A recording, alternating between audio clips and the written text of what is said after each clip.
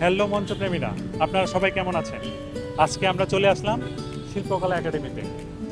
আজকে প্রাচ্যনা স্কুলের 25 বছর পূর্তি, সেই সাথে 50তম ব্যাচের সমাপনী প্রযোজনা। আজকে রবীন্দ্রনাথ ঠাকুরের রথের রশি নাটকটি মঞ্চস্থ হবে। নতুন এই নাট্যকর্মীরা কেমন আলো ছড়ালো চলেন দেখে আসি। আসেন আমার সাথে।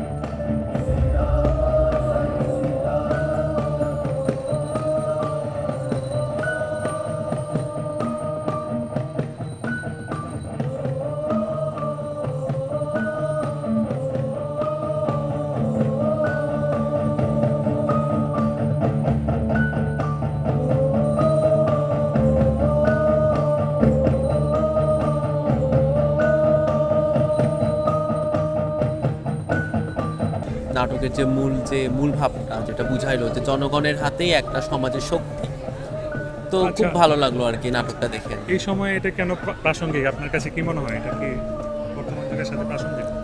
অবশ্যই প্রাসঙ্গিক, কেননা বর্তমান যুগে আমাদের উচিত যে আগে যে নাটক আগের যুগের যে নাটকগুলোর মাধ্যমে আমাদের সমাজকে তুলে ধরা, তাহলে আমাদের সমাজের যে ভুল ত্রুটি, আমাদের সমাজের যে বিভিন্ন ধরনের অনৈতিক কার্যক্রম হচ্ছে, তো নাটকগুলোকে যদি আমরা রেগুলার বর্তমান সমাজের কাছে, বর্তমান প্রজন্মের কাছে তুলে ধরি, তাহলে আমরা সমাজকে অনেক বেশি উন্নত করতে পারি। 65 বছরেও নাম করেনি চলাফেরা। তবে বাবাজি বললেন কি, ওই কথাটার বালাই নেই। জিপটা চাঞ্চল্যে রাগ করে ঘোড়াতে সেটা ফেলেছেন কেটে। তারপর আর কি, 10 জন মিলে আলো তাকে রথতলায়। দড়িতে যেমনই তার হাত পড়া, রথের চাকা বসতে লাগলো মাটির নিচে। নিজের মনটা যেমন ডুবিয়েছে, ওর রথটাকে তলিয়ে পারছে। ওই একদিনের উপবাসে মানুষের পা চানা চলবে। 65 বছরের বয়সে পা পড়লো চাকের পরে।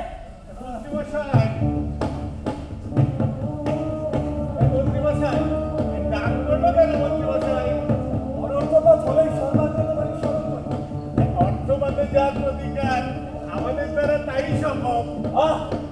রথ চলছে না।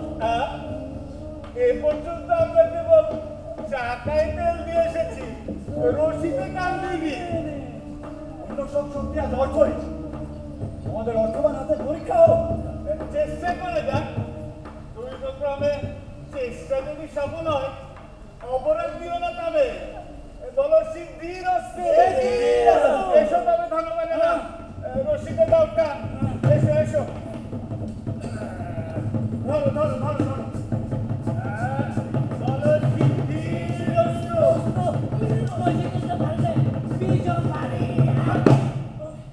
কোষাধ্যক্ষ দাঁড়িয়ে রইলে কেন? ধরো তুমি কোষে, ধরো ধরো ধরো। ধরো ধরো। বলো সিদ্ধির অস্তে।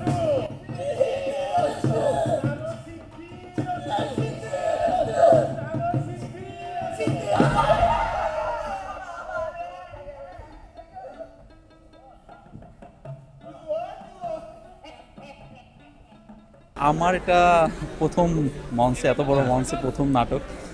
প্রাচ্যনাট্য অ্যাকচুয়ালি আমাদের এমনভাবে গ্রুমিংটা করেছে 6 মাস, যে আমাদের মনে হচ্ছে এত দর্শক সামনে, এত বড় প্ল্যাটফর্ম, বাট আসলে প্রথম দিক নার্ভাস লাগে, তারপরে মনে হচ্ছে না সাবলীলভাবে করতে পেরেছি। আর এই রথের রশিতে আমি সৈনিক চরিত্রে ছিলাম। প্রাচ্যনাট্য আমার অনুভূতিতে আসে, আমি এখানে সাবেক স্টুডেন্ট, এখানে আগে আমি এই কোর্সটা করেছি, প্রাচ্যনাটের সাথে আসছি, ভালোবাসা আছে।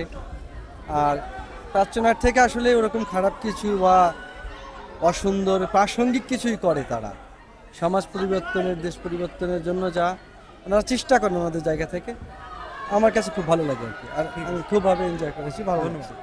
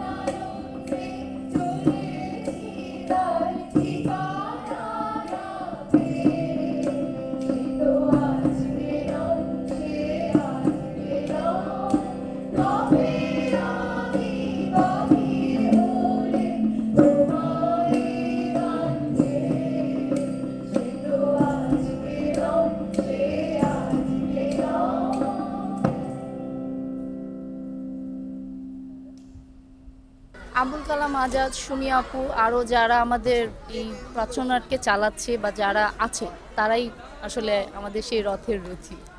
এই নিয়ে তো আমি 46তম ব্যাচ থেকে আমি ওদের নাটক দেখা শুরু করেছি, তো আজকে তো 50th হলো।